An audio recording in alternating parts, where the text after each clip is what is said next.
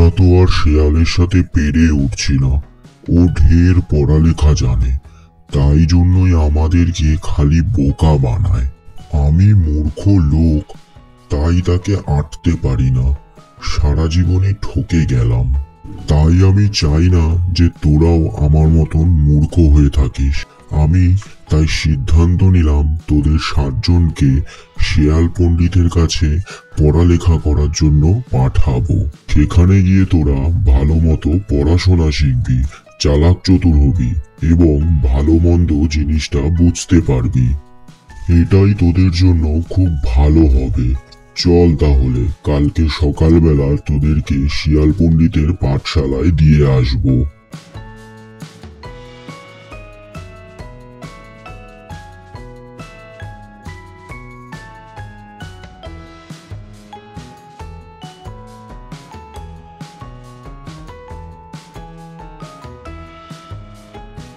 ও শিয়াল পণ্ডিত, শিয়াল পণ্ডিত, বাড়ি আসো নাকি?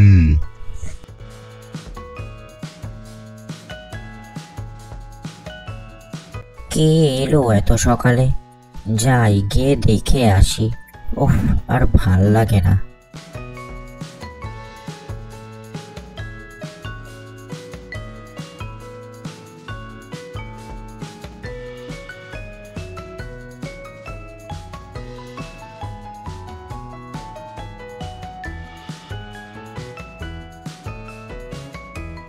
আরে, কবির ভাই যে, বলো কি মনে করে আসতে হলো আমার পাঠশালায়? ভাই, আমার এই 7টা বাচ্চাকে তোমার কাছে নিয়ে এলাম, যাতে পড়াশোনা করে কিছু শিখতে পারে, তাই জন্যই আর কি। এ আর বলতে, আমি যে কত বড় পণ্ডিত, তোমার 7টা সারাকে 7 দিনে পড়িয়ে পণ্ডিত বানিয়ে দেব। তুমি কোনো চিন্তা করো না। তুমি তোমার ওই 7টা সারাকে আবার এখানে রেখে যাও। বাহ, আমি তোমার কথা শুনে খুব শান্তি পেলাম। তাহলে আমার এই 7টা ছানা তোমার কাছে রইলো। আমি রোজ সকালে এসে একবার করে তাদেরকে দেখে যাব।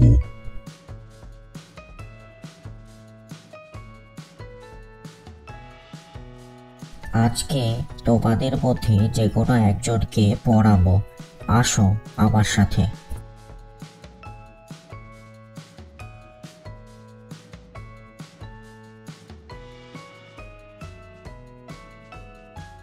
আয় যায় কে যায়, কবির সারা কে খায়।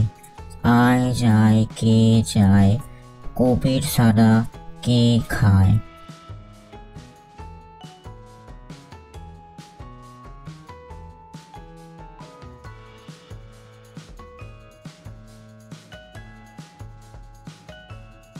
শিয়াল পণ্ডিত, শিয়াল পণ্ডিত, বাড়ি আসো নাকি?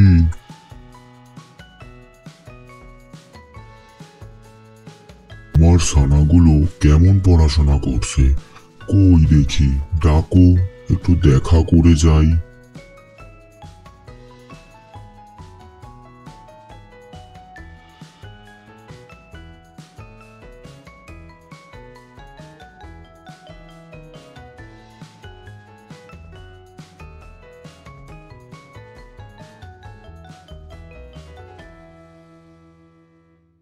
এই দেখো কবির ভাই, এই হলো তোমার 1 নম্বর সানা।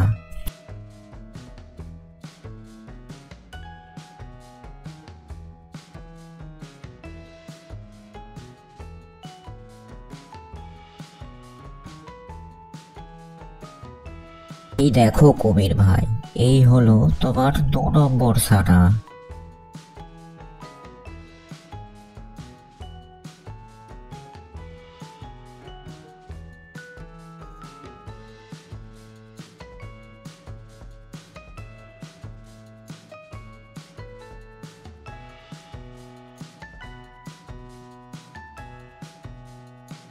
এই দেখো, এই হলো তোমার 3 নম্বর সানা।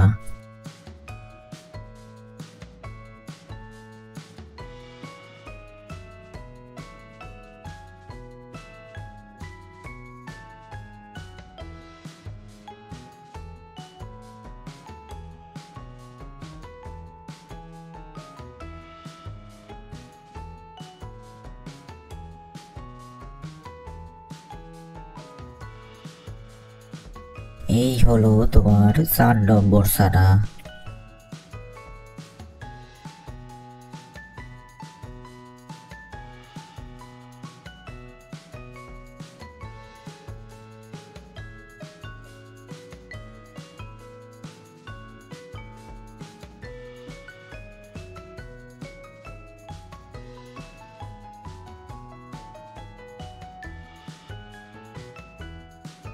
এই হলো তোমার 5 নম্বর ছানা, ঠিক আছে?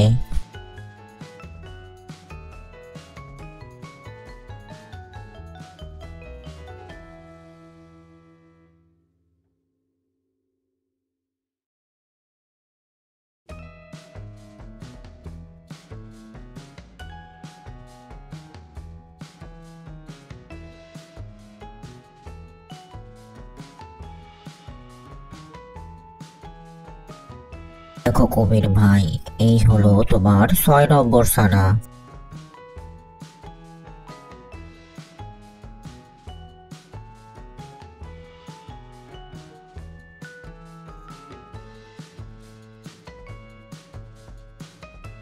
ছয়টা তো দেখালে, আরেকটা কোথায় পাবে?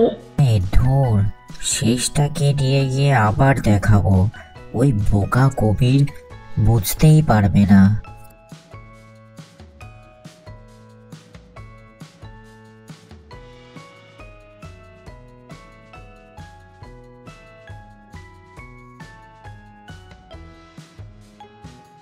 নাও তোমার লাস্ট 7 নম্বর ছানা। বাহ বাহ, খুবই ভালো। এরা তো দেখছি খুবই ভালো পড়াশোনা করছে।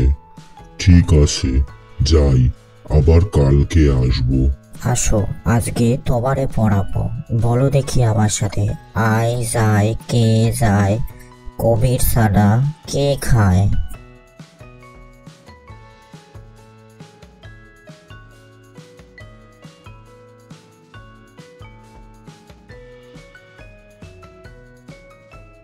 ও শিয়াল ভাই, শিয়াল ভাই, বাড়ি আসো নাকি?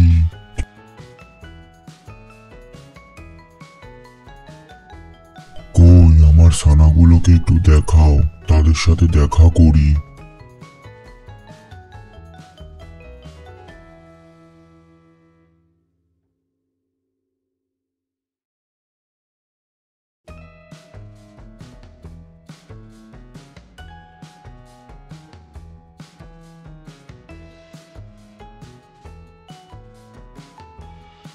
এই হলো তোমার 1 নম্বর ছানা।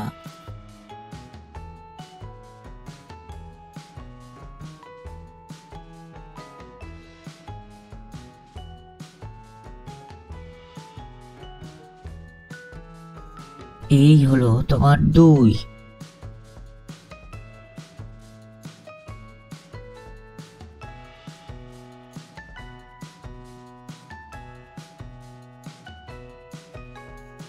এই হলো তোমার 3 নম্বর।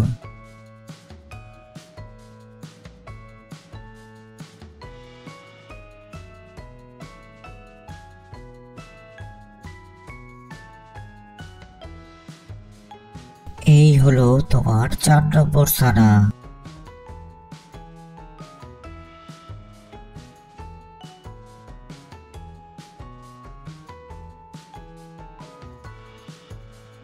পাঁচটা তো দেখালে, আর দুটো কোথায় পাবো? ধুর, ওই বোকা কবির কিছু বুঝতেই পারবে না। লাস্ট ছানাটাকে নিয়ে আরো 2বার দেখিয়ে দিয়ে আসি।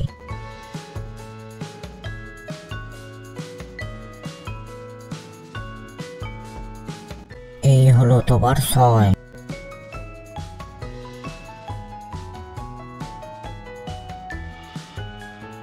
আর এই হলো তোমার লাস্ট 7 নম্বর ছানা। বাহ বাহ, এরা তো খুব ভালো পড়াশোনা করছে। ঠিক আছে শিয়াল মশাই, আমি গেলাম, আবার কালকে আসবো। এইভাবেই চালাক শিয়ালটি 6 নম্বর ছানাকেও খেয়ে ফেলল এবং বোকা কুমিরটি এই জিনিসগুলো যাতে না বুঝতে পারে সেই 7 নম্বর ছানাকে 7 বার করে নিয়ে দেখাতো।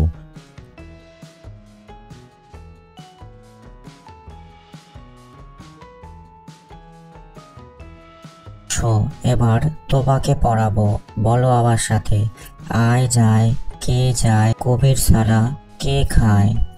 এই যে রোজ তুমি একটি করে ছানা খাও আর কুমির এলে তাকে ফাঁকি দিয়ে বোকা বানাও, কিন্তু আজ তো সব ছানা শেষ। এখন উপায়? কুমির এলে দেখাবে কি? ছানা না দেখতে পেলে তো অমনি আমাদের ধরে খাবে। আরে বাবা, কুমির আমাদের পেলে তো খাবে। চলো ওই পাশের জঙ্গলে আমরা চলে যাই, ওখানে জায়গা খালি আছে, চলো। ও কুমির ভাই, কোথায় গো?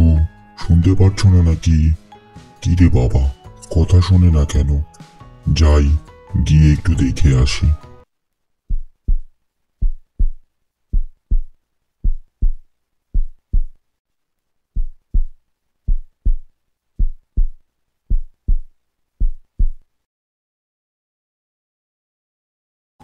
এ কি, আমার সাতটা ছানা এই অবস্থা করলো কি করে?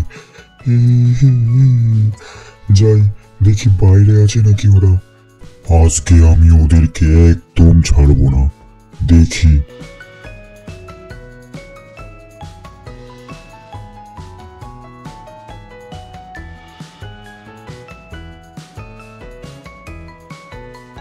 শিয়ালিনী আবার লাঠিখানা ধরে কে যেন টানাটানি করছে। কবিটা মনে হয় আমার পা ভেবে লাঠি ধরেছে।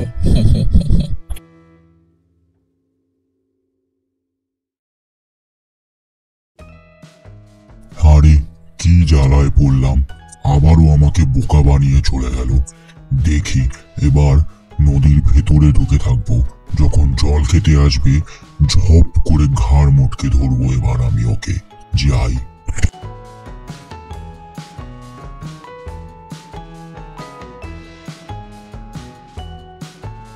শিয়ালিনী, নদীর সব মাছ গেল কোথায়?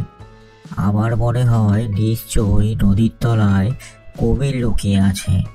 যদি মাছ থাকতো তাহলে নদীর জল একটু ঘোলাটে হতো সঙ্গে সঙ্গে।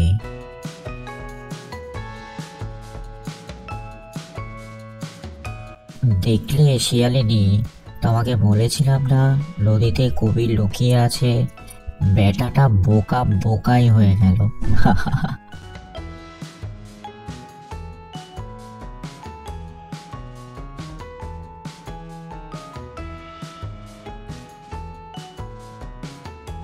এখন আমি সবার সামনে কি করে মুখ দেখাবো? আমাকে আবার বোকা বানিয়ে গেল। যাই, এর থেকে ভালো হবে আমার ঘরের ভেতরেই ঢুকে থাকি।